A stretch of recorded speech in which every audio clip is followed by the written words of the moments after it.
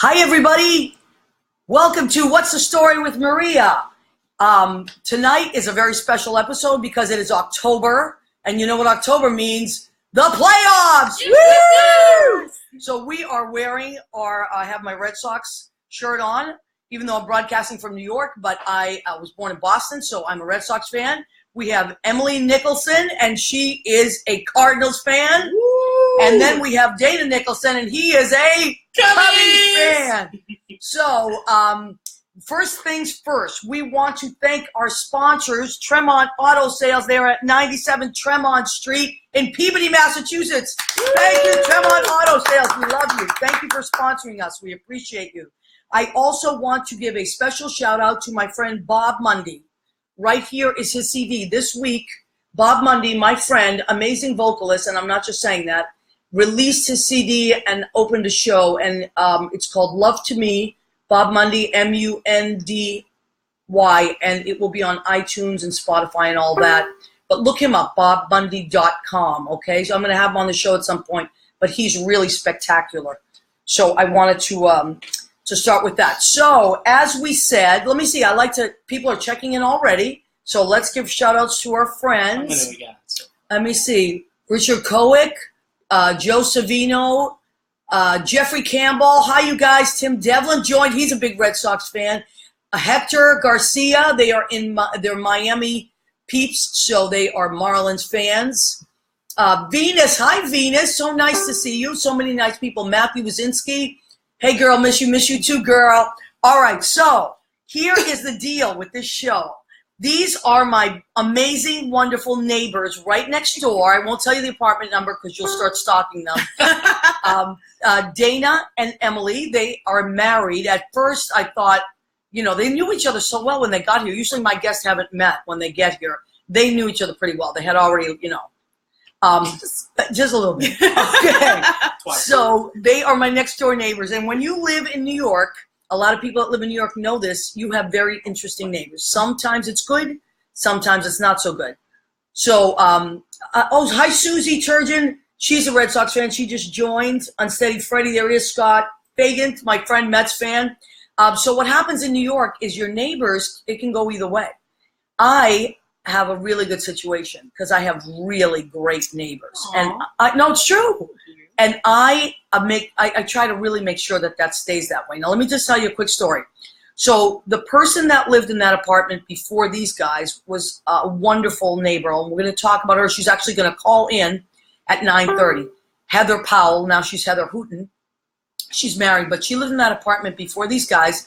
And when Heather left, I was so sad because she was such a great neighbor that I thought, I'm never going to get a neighbor like Heather, and who's going to move in there? And I just got sad. So every time I would hear that next door neighbor door open, I, being the nosy neighbor, as many people have told me, I am that person.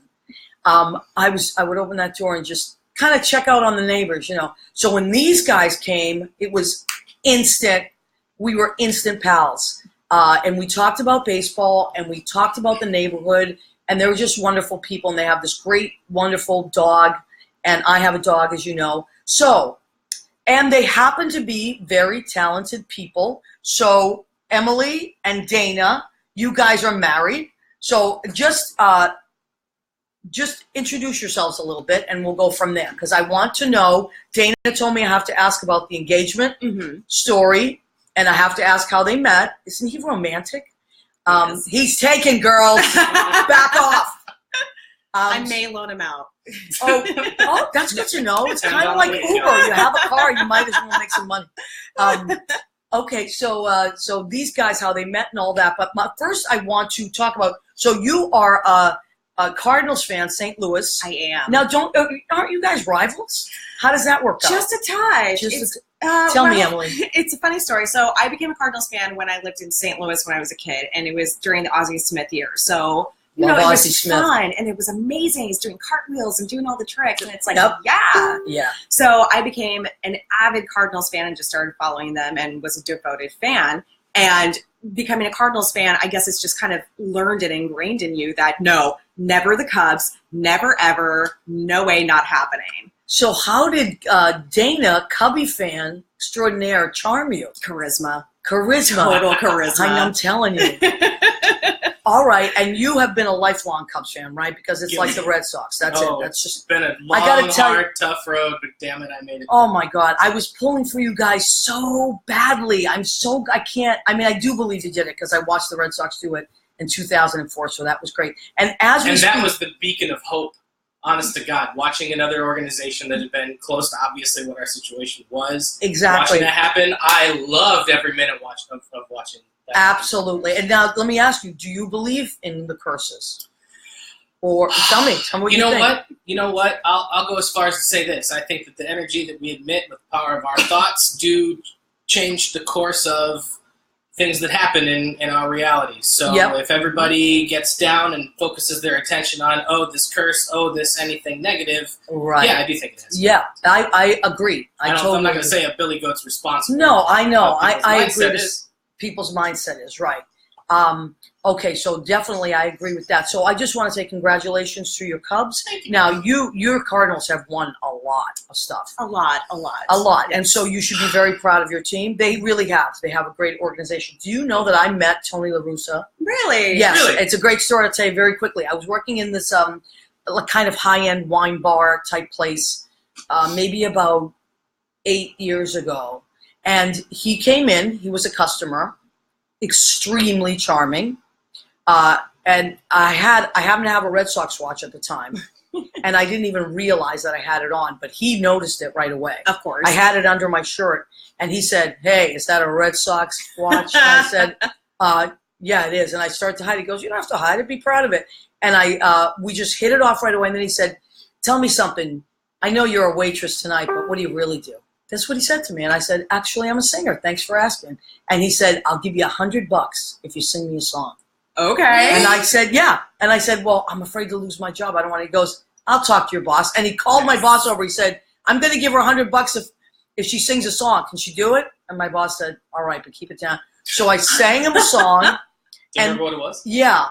He said, "Sing me your favorite song." And it was "I Who Have Nothing" from Smokey Joe's Cafe. Oh, yeah. I love that song. Yeah. So I sang him that. And then we went outside. He said, "Walk me outside." And then he said, "Sing me another song. I'll give you another $100." No way! Okay. And I sang him another song. I sang "Walking in Memphis," and he gave me another $100. That's incredible. Isn't that a great story? Yeah. So thank you, I love Thanks, that. Tony. Great. Thanks, Tony. We appreciate that. That's Good, cool. listen, Thanks good for guys are good guys. And they were playing the Mets that night, so he was in Sure. town. And you know what I found to be so fun and interesting? That the Mets, some of the guys from the Mets organization brought him in. So Really? they kind of hang out when That's they're not awesome. playing. I love that. So that was a good story. So first I want to talk about the fact that you guys are both performers. Mhm. All right. So will you perform? And you can jump in whenever you want. Sure, yeah. Did you both start off at a young age, or was it a later thing? Let's start with you, Emily. Yeah, no, I remember a lot when I was a kid that, like, my brothers and I, we would always put on plays in our basement, and we would do Cinderella, because it was right when Cinderella came out, the one where the girl had the swan neck, and she was so regal and beautiful. Yeah. But we would just do that all the time, and I was like, I really, really love this. Like, How old were you? I would say that was around 8, 9, somewhere around there. Right. And then I started getting involved in, like, middle school. We did these little one-acts in our classroom, and I really started auditioning for those. And I was like, yeah, okay, I could really do this. And it's just grown and grown and grown. There's never anything else I've wanted to be in my life except an archaeologist. And then I realized there was a lot of dust involved. So I was like, no. All right. So, and you're a great singer. I've heard you. Oh, thank you. I mean, you came into a club that I work at downtown, and also I've heard you vocalize, not through our walls, because our walls are so thick. Amazing. But if you're in the hallway, you can hear, like, Yes. you can hear my MSNBC on blaring, or you can hear Dana or Emily every given day vocalizing for auditions, right? all the time, yeah. Do you guys audition now? Yeah, we're trying to stay on top of auditions as much as possible because, I mean, we're still new to the city. We just got here in January. Yeah, okay, that's another reason I wanted to have them on. We've interviewed a lot of people that have been here I've been here almost 30 years. People have been here years and years. And then we were talking about, how about people that just got here? So Dana and Emily are examples of two seasoned professionals, because you've both done professional work, but this is your first year in New York, right? Mm-hmm. Yes. Yeah. So What was the moving date? January 9th? January 9th. It was my dad's birthday. Wow, that's also Richard Nixon's birthday. Did you know that? Really? And my first boyfriend, Frankie Udichani, in the north end of Boston. Don't get a big head, Frankie, that I still remember your birthday. But I still remember his birthday because it was Richard Nixon's birthday. Okay, so you guys moved in January, and then I had my Super Bowl party, and we had a great time because I always have a Super Bowl party. That was great. Good. That was fun, right? Oh, yes. And what an incredible Super Bowl. Oh, my God. I'm sure you obviously get this by now, but this woman makes some fantastically tasty food. Oh, it's Well, so thank good. you. And the game Oh was my just God. a blowout, Yeah. obviously, one direction, and everybody except myself, and she was keeping her eye on it. But Right. once we got to the fourth quarter, I was like, guys, you want to start watching this thing again? Right. Like, I didn't give up on them. So Unbelievable. That was an unbelievable It was a Super Bowl. really, Well, we really, always have a really lot of was. great food here, no matter who Mhm. plays. So, It's fantastic. yes, it was wonderful. Easy to get Okay. distracted. So now, let's get to you, Dana. Did you always want to be a performer? Because you're, I mean, may I say this? You're a straight guy. That doesn't always happen. I mean, you are a live, you're a Broadway Broadway show tour guy, and that doesn't always happen. So, It was. what was it about? Well, What was your calling? the very beginning, I've always been a singer. Now, my parents Tell me where that started, though. so they tell me. Now, I understand, especially Are you now Irish? because Oh, okay. So you're a lot of the Irish She tenors. has Irish in Okay. her history, I've got but tons of I'm a Irish. mutt. I've got Okay. a lot. I've got a lot. All right. So tell me how Um, the singing thing came to be, because you have a beautiful, both of you. But But My parents tell me that when I was 2 years old, I could sing the national anthem on pitch well, and I'm like, wow, that's really hard to. that's a really That's I a can't tough do that now. song, Yeah. obviously, Yeah. but I'll take it. So evidently, I've been vocalizing and singing ever since I was wee. Really little. But I didn't really flex the muscle or take any classes or anything, but my mother took me to see a concert in Rock Island, Illinois, of the Moline Boys Choir. And Wow. it was the first time I'd seen something like that. I grew up in the sticks. I mean, my town, I grew up in Illinois in an interstate town that is so small, it's technically the village of Hillsdale. What's the name of it? Can you say? Hillsdale, Illinois. It's called The Hillsdale, village of Illinois. Hillsdale, Because my yes. friend Jean Simpson is out in Illinois. I wonder where she lives. Let me just see. Okay, Peggy Bauman has joined us. My friend, she is a Mets fan. Diego, sax player, has joined us. Lisa Hall has joined us. Nicole, my beautiful cousin from Boston, has joined us. So you're listening to Dana and Emily Nicholson, and they're my neighbors, and they're great singers. And we are celebrating October baseball. Now, let me take just a second. If you want to listen to us live, it's Armed Digital Media. You can go .com and you can listen to us live right now on the radio. You're watching us on Facebook Live as well. And then after this, if you missed it, don't worry. I'll save the video to my page. But also Spreaker, SPREAKER.com. And it goes to podcast and it's archived. So you can go back and listen to our show. Hi, LaDonna Burns. Nice to see you, sweetheart. LaDonna is so talented. She works at Brandy's. We'll have to go see her. definitely, yeah. Okay, so your mom brought you to this concert. So mom took me to this How concert. old were you? Oh, third grade. Amazing. Whatever 8. age That's that 8. puts me at. Okay. Your mom's smart. So it was fantastic. It was amazing, and it was at. What did you Augustana feel College. when you heard those voices? Oh, it was. Did you feel like I could be up there? Or did you feel moved? I felt moved, Moved, and it was the first time that I realized that I would want to be part of something like that. But Okay. in my experience at that point in time, that just wasn't a thing. Right. Were you a sports guy? Did you play sports as a kid? No. I mean, I grew. I mean, a little bit of I had. inline I hockey. was playing the wiffle ball with my Yeah, mom and but dad you were in the front yard, but.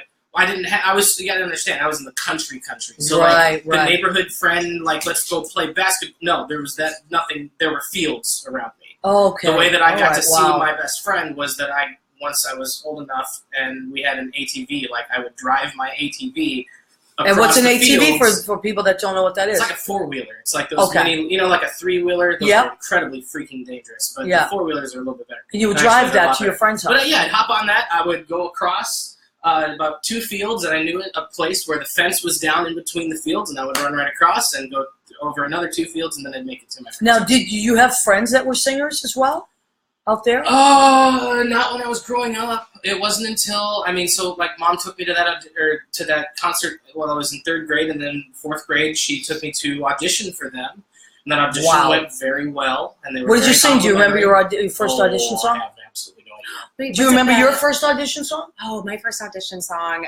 Oh, I don't remember what the name of it was. It was for like one of those elementary things, those school concert nights things. Okay. And it was something like, picture me on an island far away from the sea. Something like that. Yeah, okay. But you remember, yeah. My first audition song was Killing Me Softly.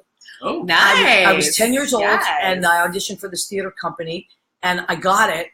I had never done anything like that, and I didn't even know that you needed sheet music or anything like that, but they said, what's a song that you like? I was like, and I happened to love Roberta Flack and had that album. Yeah. So that was my first audition song. So you remember that stuff. Hi, Corey Crane. Hi, Ovi Vargas.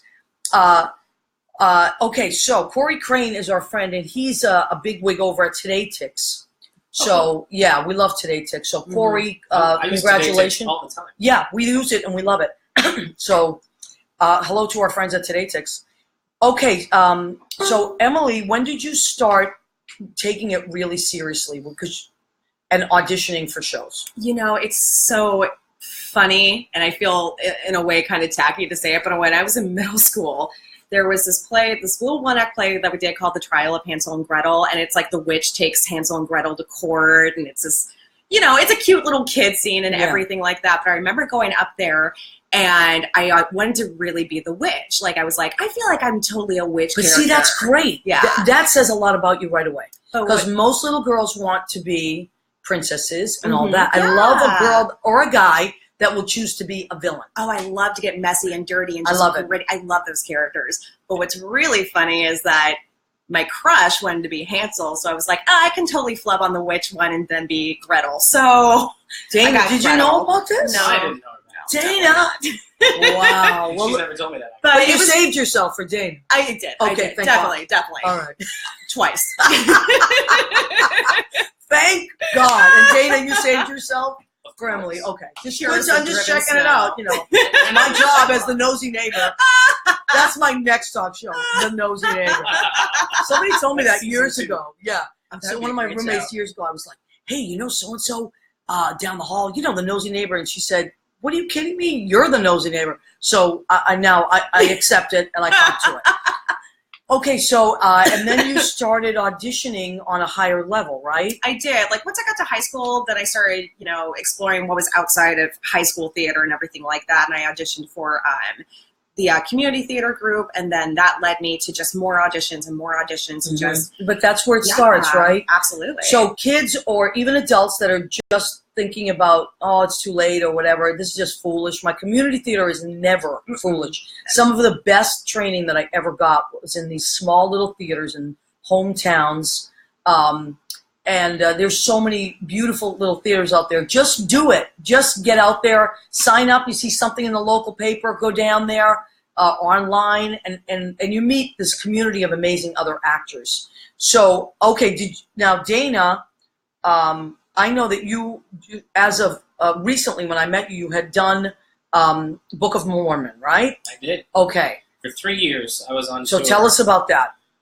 So that was crazy. That was, let's see. So basically the timeline on that one, we're talking back to 2012. Okay. I had an audition with Satellite casting director in Kansas City, Missouri, which is where I was living and working. We were there for 5 years at that point in time. And, well, she'd been there ever since high school, and then I got there. And I had been there for 5 years. And then you dropped in out of the sky. I dropped in out of the sky. Very romantically. I was in Chicago for a couple of years, okay. And then I wasn't sure where I was going. And then I knew that there was a show that I wanted to see in Kansas City. And then I was like, oh, my God, we're kind of getting into the engagement story a little bit. But, yeah. No, that's coming up. You told us we had to do it. I'll get there in a second. Take your time. Take your time. Took me down there anyway. But I love Kansas City. I ended up moving there, and obviously things worked out. See? However, I was there, and I was playing Shrek at the time at the Coterie Theater. How cool! And this audition came off from Mormon, and I went in, and went well, and they taped it, sent it off. They said, forget this even happened. It's going to be like 6 months until they even look at this thing. and just go on with life as usual. So I did that. And then on all days of the year, on April 1st, I get an email. April Fool's Day. From the production company saying, hey, we'd like to follow up with you. This is about your audition for Mormon in Kansas City. Can you come in New York? Did you think it was a joke? Well, I told him straight out. What did you say? I was like, Dana, I swear to God, if you do not email them back right away, I will never, ever live with you again. No. So you have to were you living with him then? Yeah. In Sin before you were married? Totally. Does your family know about this, Emily? Sorry, Mom. Yeah, I know. That's what happened. I know. Sometimes we do that. And I was an altar girl when I was a kid. Oh, an altar girl? That's cool. That's progressive. Right? I went to Catholic school for 12 years. They wouldn't have had me as an altar girl. I was in a lot of trouble. I was a troublemaker. Yeah. Nosy neighbor, troublemaker. And I just don't see that. No, I know. Wow. So anyway, go ahead. First, and so I responded because I was, I've been known to take part in many pranks throughout my life. So really, of course, I was wary, and so my response actually said something to the effect of, "Thank you very much for your email. Before we go any further, I feel that I just have to call out the fact that I am aware that it is April Fool's Day. No. And if this is legitimate, thank you very much. I will absolutely be there. However, if this is Forrest trying to seek revenge for last year's April Fool's Day prank, no, I will end you." Oh, I can't believe and I sent it, and they evidently loved it. Of course they loved it. A good icebreaker because they were like, well then now we have to know what you did to Forrest last year when you come in. So you sparked their interest, see? So yeah, it was. And also the character, if you've ever seen Book of Mormon, which actually I didn't even see until last year because it's really hard to get tickets to it. The character that I loved the most, and then was this one character, and then I came back and asked Dana when I saw him in the hall. I'm like, "What did you play? Tell me you played that guy." And it's Elder Cunningham, right? Mm-hmm. He's really the funniest thing in the show, I think. I mean, you might like, and that's who Dana played. And Dana, you would consider yourself a tenor, right? Oh yeah, yeah. So that's a high tenor. Yeah. Right? And Emily, you consider yourself a mezzo? Or mezzo-soprano, mezzo? Yeah. Because you see, I know my voices because I hear them vocalize next door, and they sound great. And you guys just recently, I saw you post something on Facebook, you recently went to, Alan Cummings got a new place, right? Yeah. We got an invite from one of our friends, and we haven't done a duet since the last time that we saw you, so we were like, let's just go. You went and did a duet? Yeah. It was great, yeah. Cool. So one of my Book of Mormon cast members texted me the morning of, or that day. Was it like the grand opening or something? No, it wasn't. They've been open for, I think, 2 weeks or something like that. But, just mutual friends knew the promoters for the place, and I had not been there yet. But basically, they got in contact with my buddy, contacted me saying, "Hey, what are you doing tonight?" I was like, See, that's what happens in New York. But, right? Yeah. Oh, totally. Like, would that ever happen in Kansas? Well, no, it'd probably be like, "Hey, this will happen 2 weeks from now." Right. But we're literally in a that New York night, right? Now. Yeah. Mm-hmm. So it's so cool when you move to New York. If you're, if you guys are interested in the arts, and you tend to gravitate towards other people that are interested in the arts, and you make these friends, a little at a time, and then people invite you to things, and people know people, and it's really nice, and you get invited to things, and you meet a lot of cool people and go to a lot of cool places, right? Absolutely. Totally. And this was a perfect example of that because he asks me, "Hey, what are you doing?" I'm like, whatever. He tells me these guys are interested in rounding up a couple Mormon people. Wow. Mormon cast members. Yeah. So we're going for not just Mormon people. No. So if you're religiously Mormon, don't get excited about Alan Cumming calling you. I mean, he may. I don't know. But it's Book of Mormon people. But so we were like, okay, get a few of us, do a little mini reunion or something like that. But then he asked me, he said, so we also know the actor who is playing Rod in Avenue Q. Wow. And they've cleared him to bring the puppet. Oh, no, I saw that on Facebook. And so they asked me So the puppet came. They were like, so would you be willing to sing I Am Here For You? From the Book of Mormon. Oh my God! With Rod on stage to and the puppet. Resurrect the Bert and Ernie feel, and I was like, "Are you kidding me? Like, you'd be great for that show." Duh! He would be amazing. I would love to do that show. She would be fantastic. Yes, you would. She would be fantastic. Yes, absolutely. But how could I turn that down? So Emily, you were here a month, and you got that commercial? Yeah. Okay, so 2 Emily months, was here 2 months or something. Yeah. And she nailed a commercial, and it had to do with baseball, right? Yes, it did. And that was the hat you wore. So tell us. This wasn't the exact hat I wore. Okay, tell me about that commercial. So I have to back it up a little bit to tell you a story about that. While I am still... Dana's sipping on that White Russian. Yes, and there's a reason for the White Russians tonight. We'll get back to that, too. So, as I am a devoted Cubs fan, Cardinals fan. Oh! It's sinking in! That's We're getting to that. I made a really bad bet when I was drunk years and years ago with Dana. I came in one day and was like, baby, I tell you what, if the Cubs ever win the World Series, I swear I will denounce my Cardinals fanship. I can't believe this. I will never look at another Cardinals game. I'll be a Cubs fan for life. Never thinking. Thanks, Cubs. Miracles happen. Thanks. Thank you, Cubs. And I was like, no problem. And I didn't even argue it. No, he was just like, I said, are you serious? Like, really, truly? Great. Interesting. Go on. Yeah. And I said, honestly, at that point in time, that was probably 9 years ago that you said that. Mm-hmm. And I think at the time I said, give it 6 years. So an extra 3. Go and I am a woman of my word. I love it. Well, good for you. Yeah, you know what? That's okay. So you can go. I did bring my hat. We're easing her into this. Oh, the phone is ringing. You know who's calling? Heather Hooten, our friend who lived next door. Okay. Yes. Heather? Hello, Maria. Oh, my God. This is so exciting. Okay, so let me tell you guys about this. This is, she used to be Heather Powell when she was my neighbor, and I'm going to hold up her CD. Heather, you didn't know I was going to do this. This is Heather. She is an amazing singer. And, Heather, I was listening to your album again today, and it's so fun. Which one? Go ahead. Which one were you listening to? I'm listening to the Believe It to Life. Okay, my first one. Yeah. Oh, you have another one now? I do. I can't believe that. I'll send it to you. I think it's better, actually. Oh, really? This is so fun. I'm going to have to share it with my neighbors. So let me introduce you, Heather. So These are our new neighbors in your old apartment, and they are Dana and Emily. Say hi to Heather, you guys. Hello, Heather. All right. So, hi, guys. So Heather, I was so upset when you moved out. Now, let me just tell you a quick story. So Heather was this great neighbor that was just really sweet and totally trustworthy, and she had my keys and I had her keys, and just really nice person with a really nice family. And then out of the blue, this really hot guy showed up. She started dating this really hot guy, and I was like, no, I just knew what was going to happen. Because he was so hunky that I was like the second he was out of view, I was like, holy shit, Heather, he's hot. Excuse me, I just looked. Right? He is hot. Your husband's really hot. But anyway, he was just this guy she was dating at the time. But I knew it. I knew it that day that I was going to lose my wonderful neighbor to this really hot guy. So, lieutenant, right? He was a lieutenant then, right? No, he was a lieutenant colonel. Oh, lieutenant colonel. Oh, okay. So let me just give you a little background. I'll have you tell it, but Heather is in the, and her husband are in the reserve. So we want a big round of applause, everybody, for our military. Yes. We love our troops and we appreciate you so very much. So thank you, Heather, and your wonderful husband, Leon, right? Is it Leon? Correct. Okay, yes, Leon. See, I remembered. Okay, I remembered that man that came and took you away. Anyway, no, he's really nice.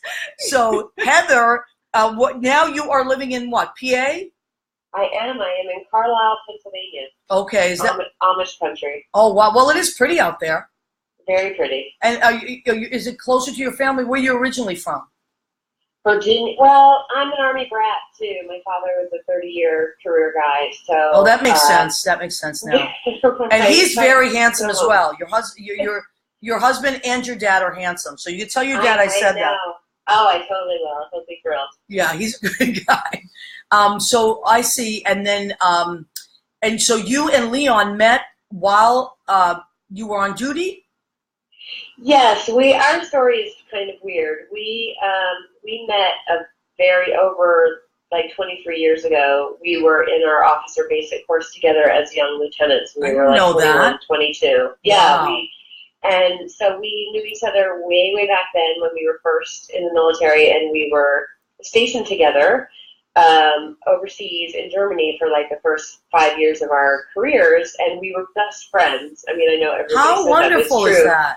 We were buds, and we actually were married to other people, and we vacationed together as couples. We were just friends, and we, just liked each other. Right. And then, as people do in the military and in life, we lost track of each other.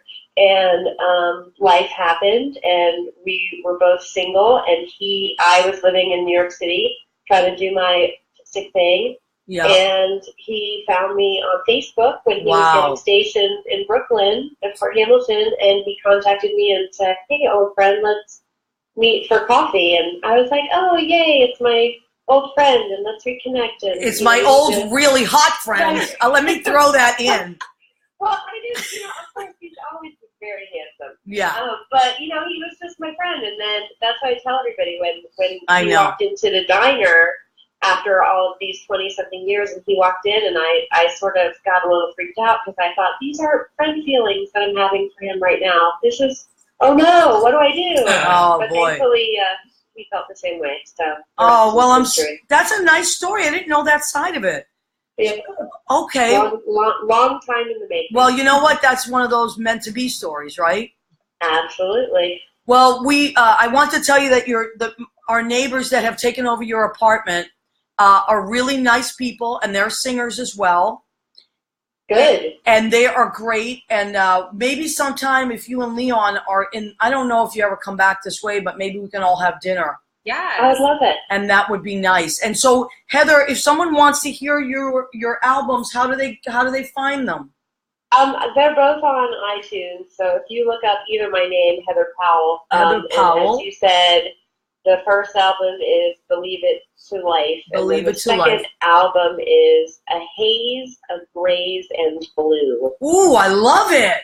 That's beautiful. It's more of that when you do your first album, you're all sort of crazy and you're trying to, pack the entire your whole life story, Yeah, everything, and it's all different genres, and it's sort of just like you threw everything against the wall trying to, prove something.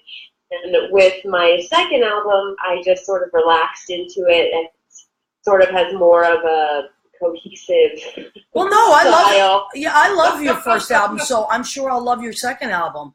But I think we as when we make albums, because I have a couple myself, I think we overthink it, but people don't listen to it that way. You did a great job, and I love it. So I want to tell you that I miss you very much, and I'm glad that you're happy. And say hi to hot Leon. I absolutely will. And your dad, your hot dad. I love you. And I want to tell you another story that I don't know if remember I told you about the Russians that lived there before you. So yes, I kept getting this bad mail. Right, you kept getting their mail. Did you know that they were musicians as well? No, I had no idea. That apartment tends to draw in musical people. So they were a violinist and a pianist. So they were a couple that lived there before Heather, and then Heather is a singer. And now the Nicholsons live there, and they are singers. So I am lucky enough to have musicians and singers next door. And Heather, thank you for calling in. Absolutely. I miss all of my New York buddies. And Maria, you're in my phone as Maria Neighbor. Me That's too. your last name. Me too. Heather Neighbor. I swear to God. I swear to God. Wait, I'm going to put it up. Look at this. There Heather, yep, you're going to see it on Facebook. Put away close. Heather Neighbor. I never changed it because I love you. Sisters at heart. Yes, we are, my friend. Love you very much. And God bless you. And we will talk again soon, okay? Okay. Thanks, Maria. All right, sweetheart. Bye. Bye. Yay! That's What easily a the nice first time person. that I've ever had contact with somebody that lived in my place before. Yeah. Isn't that a great story? Well, a couple of years ago, lovely. she's so great. HBO did this many years ago, maybe 20 years ago, called "If These Walls Could Talk" or something. Oh yeah. Remember that? And it was 3 different people or situations that had lived in a house over the last 60 years or something. Yeah. And different stories. So anyway, it was so nice to hear from Heather. A really wonderful person. Sure. So that's why. So the Russians that lived in before Heather. That's why the Nicholsons are drinking White Russians tonight. So a toast to the Russian musicians. I don't remember their last name exactly. They were, let me just tell you a quick story, and then we'll go back to the Nicholsons. So this is what my Russian neighbor said to me one time. At the time, I was living with someone who had a small Pomeranian. and the Pomeranian used to cough all the time. So it sounded like this.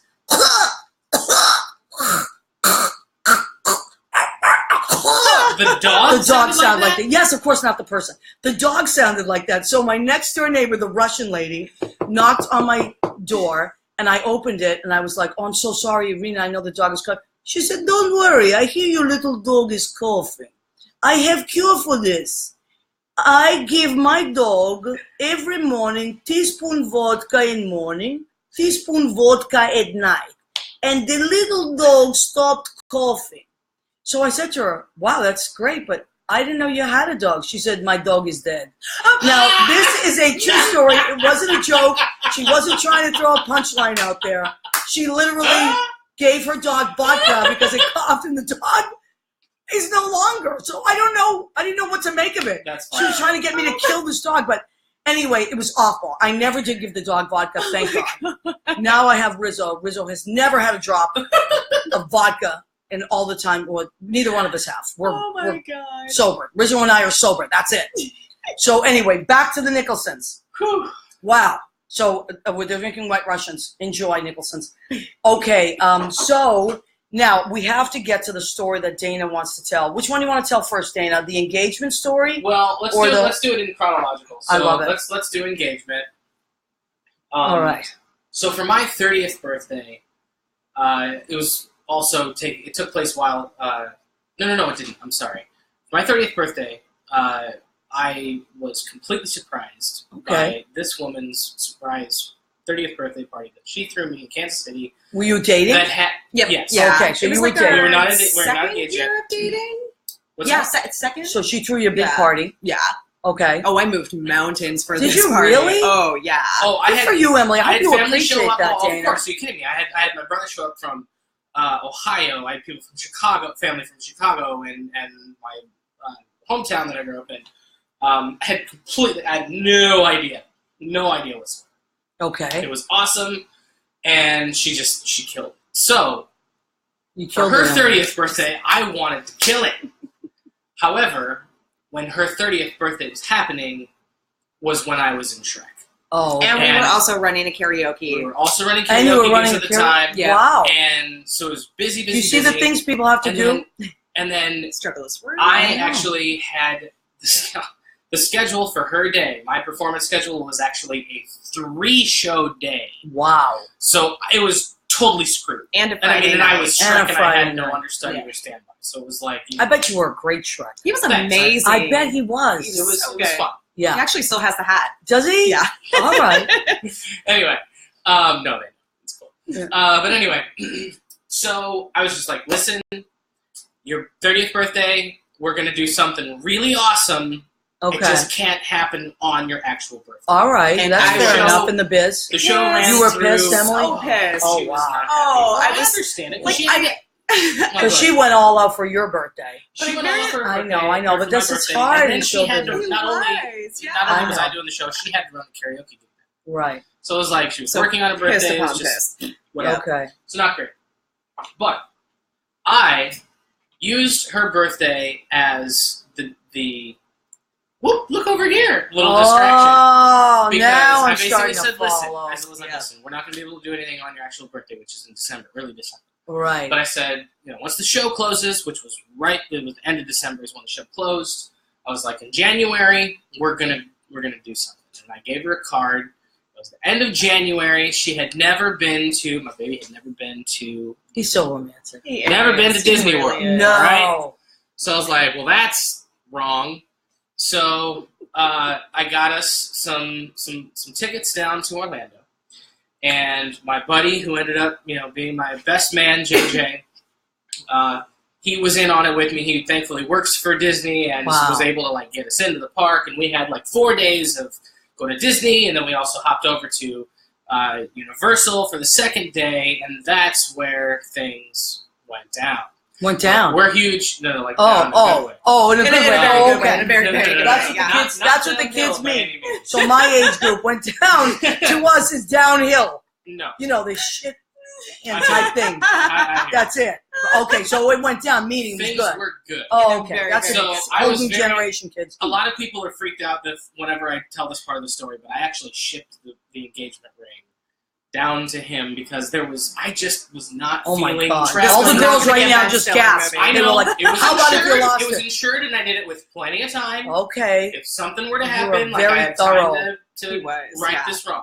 And then you did it down there? It down there, so I didn't. I mean, go through security in the airport and be like, what's this? So anyway, it's down there. And the second day, we go to Universal Studios. We're both huge Harry Potter fans. All right? Me too. Total nerds. Love awesome. it. Cool. Love it. So, have you been down there? No, but I can't wait to go. Oh man, it's incredible. Yes, I can't wait. Yeah. It's on my list. So, we get there and we do. If you've been to Islands of Adventure, they have some fantastic rides that are not in the Harry Potter world. Yep, it's a fun place. Towards the front of the park, so we did all that stuff, and then when it was time for lunch, we went to the Three Broomsticks, and we had lunch at the Three Broomsticks, and then after that, it was like time to tackle the Potter. The Hogwarts Castle. Oh, and she was like all about wanting to go to Hogwarts, which is where my plan, which was, I mean, because, it was... Oh my God, this is great. Just basically... Oh, what? No. In the very first corridor of the queue of the line to get in line for the ride, they've got artifacts all through Hogwarts, all over the place. But the Mirror of Erised, if you remember from the very first book, when he goes in and he can look in the mirror and he sees back whatever his innermost desires are when he looks into the mirror. So that's when he sees his parents standing behind him, and Ron would look into it and he would see himself. I love Harry Potter. I almost said Stanley Cup. The Quidditch Cup. Sports. But it shows your innermost desires. So it's like, that's what my plan was. So basically, I had you are really thoughtful. And I was like, babe, look, it's the Mirror of Erised. Why don't you go stand in front of it and see if it shows you your innermost desires? And so she goes and she looks. Is hiding. Why? What's coming? She goes and she looks and she goes, well, I don't see a pony. And I was like, okay, so that's good. Smack. But then that's where I took a knee. I mean, she was playful about it. It was funny. It was a punchline. That's a good line, Emily. It wasn't a pony. That was perfect. Where's the damn pony, Dana?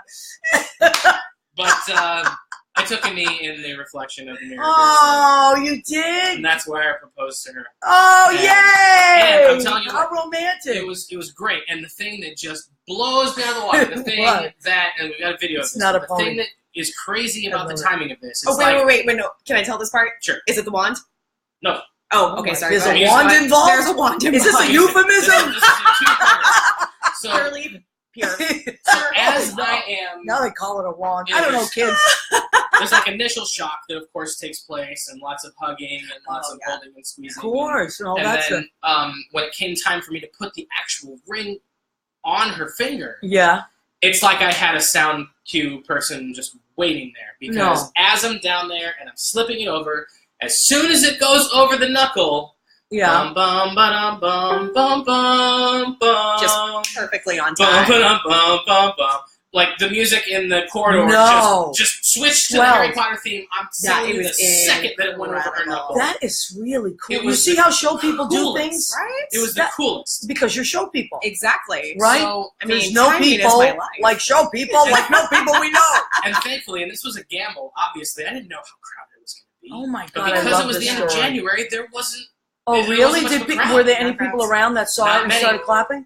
No, and since it was the very, very beginning of the queue, everybody was just streaming right past us, and not a lot of people realized until they did, and then they started clapping. That's a great story. But my absolute favorite part of it, I mean, Ring is great and everything like that, but we book it out of Hogwarts Castle, we start calling family and friends and everything, like, oh my God, we're engaged, blah.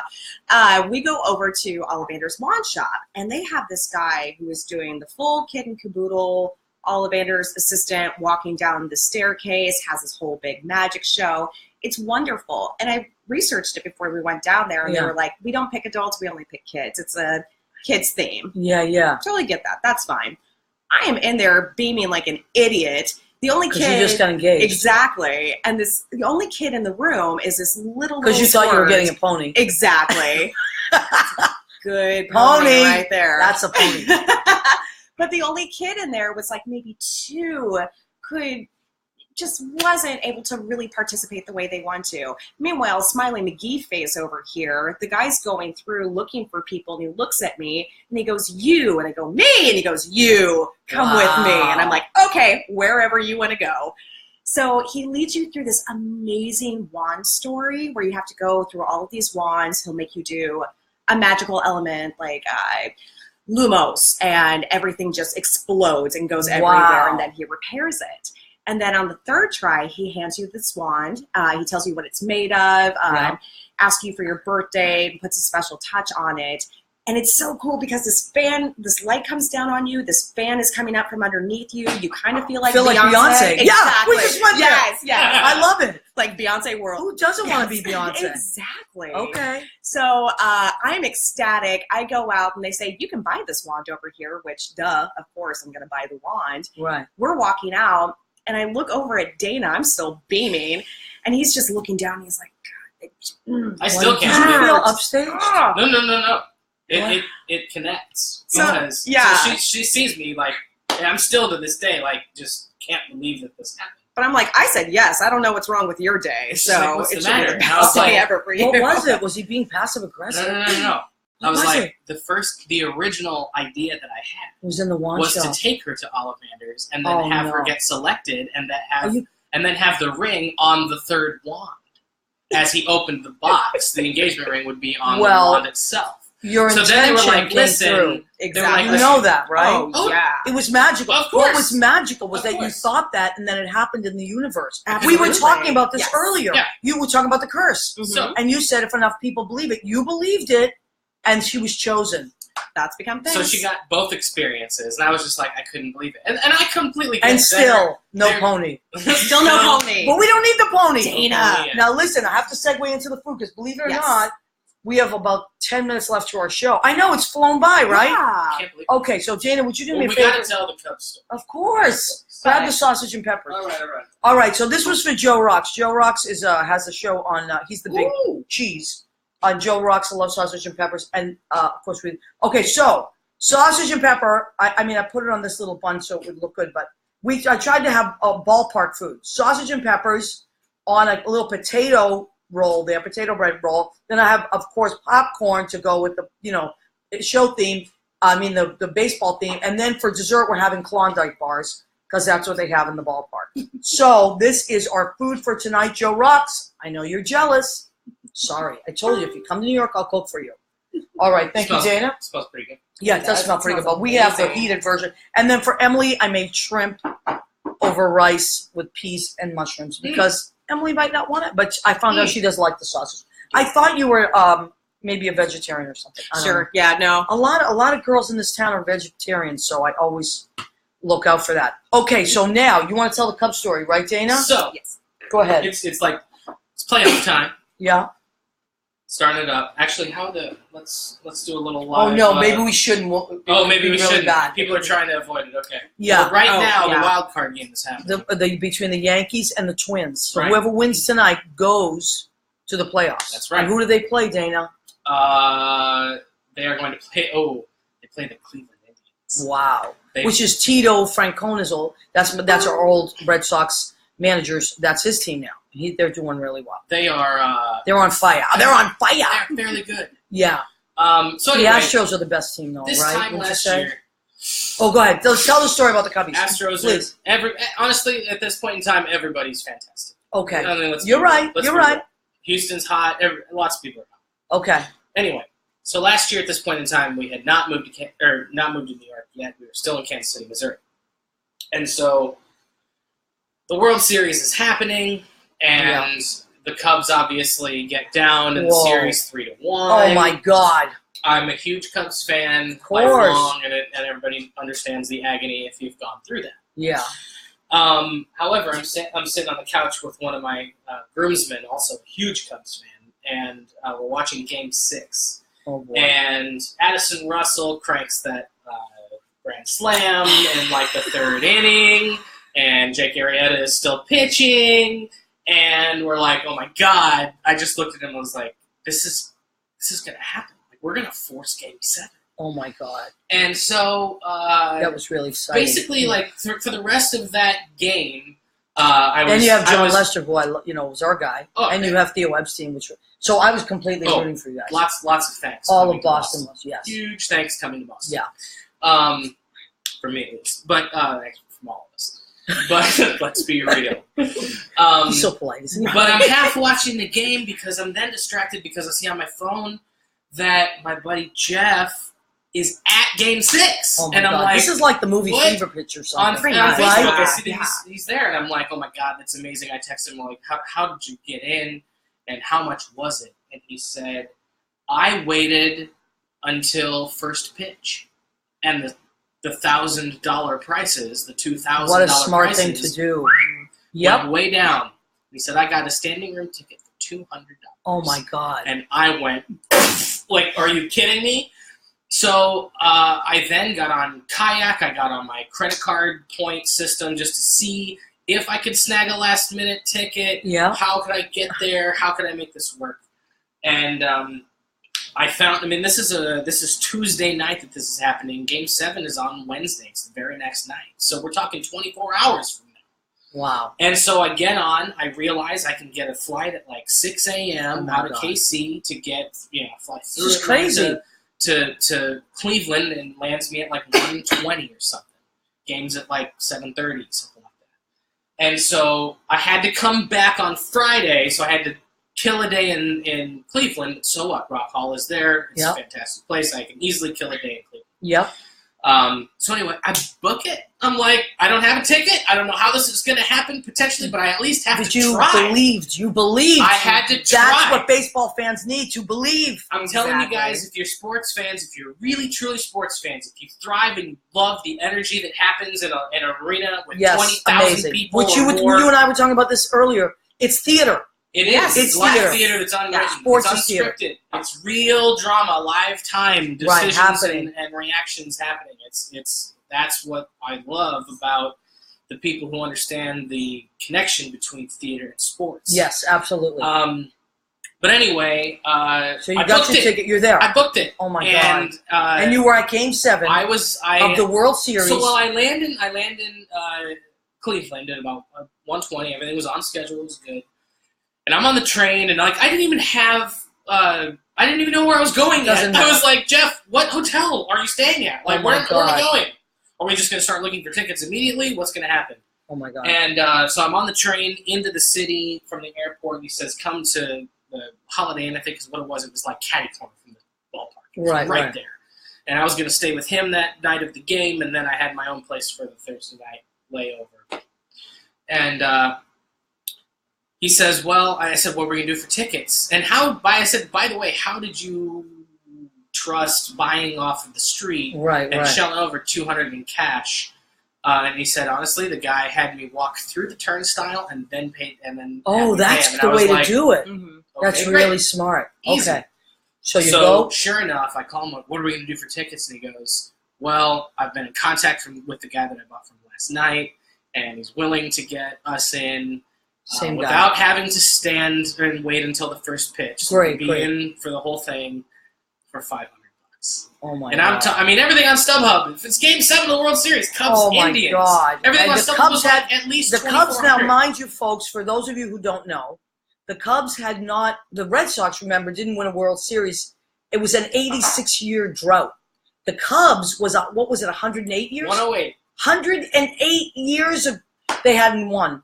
So this is such a big deal. There are people that have lived there's 3 generations of families that have never seen this. Yeah. So Dana was at Game 7 of the World Series between the Cubs and the Cleveland Indians, right? Yep. And that's it. It was insane. All right, now listen, we have just a few minutes left. Okay. So I want to, because I'll have you guys on again, but I do want to, so tell me quickly what you guys are doing now as far as working on your art. You're auditioning, both of you, right? Correct. Yeah. Mm-hmm. Okay, and you're working day jobs, right? Yeah, that's what you got to do. Like that. Yeah. Okay, but you're continuing to audition, and the Emily, you do more of the commercial stuff, or what would you, if you could have your way, what would it be? Oh, Broadway show? Honestly, yes, a Broadway show. Yes, okay. Hands down. That's what's your favorite show that you've seen maybe this year, not of all time?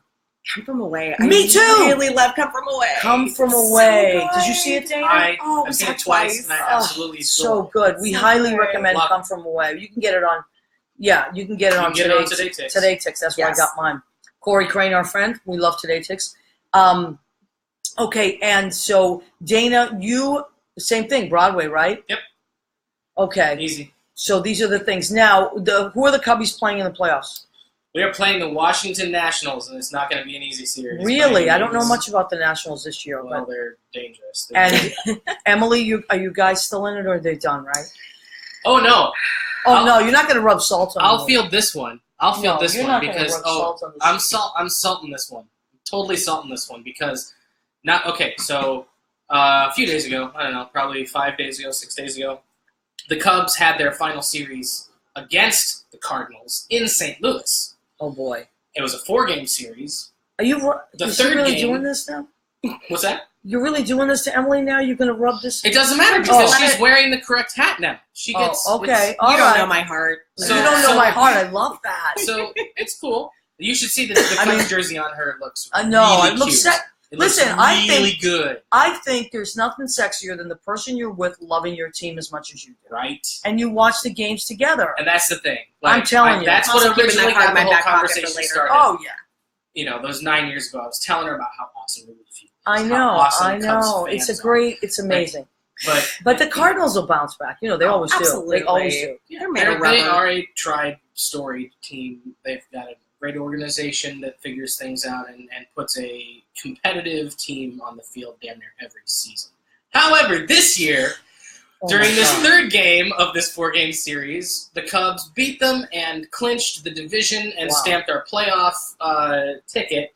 And then on the 4th game of the series, beat the Cardinals again and eliminated the Cardinals from playoff contention.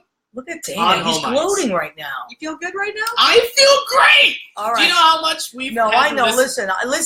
Trust me. I do know. I'm a Red Sox fan. It's so nice. I live in New York. I know all about it. Yeah. Trust me. Oh, yeah.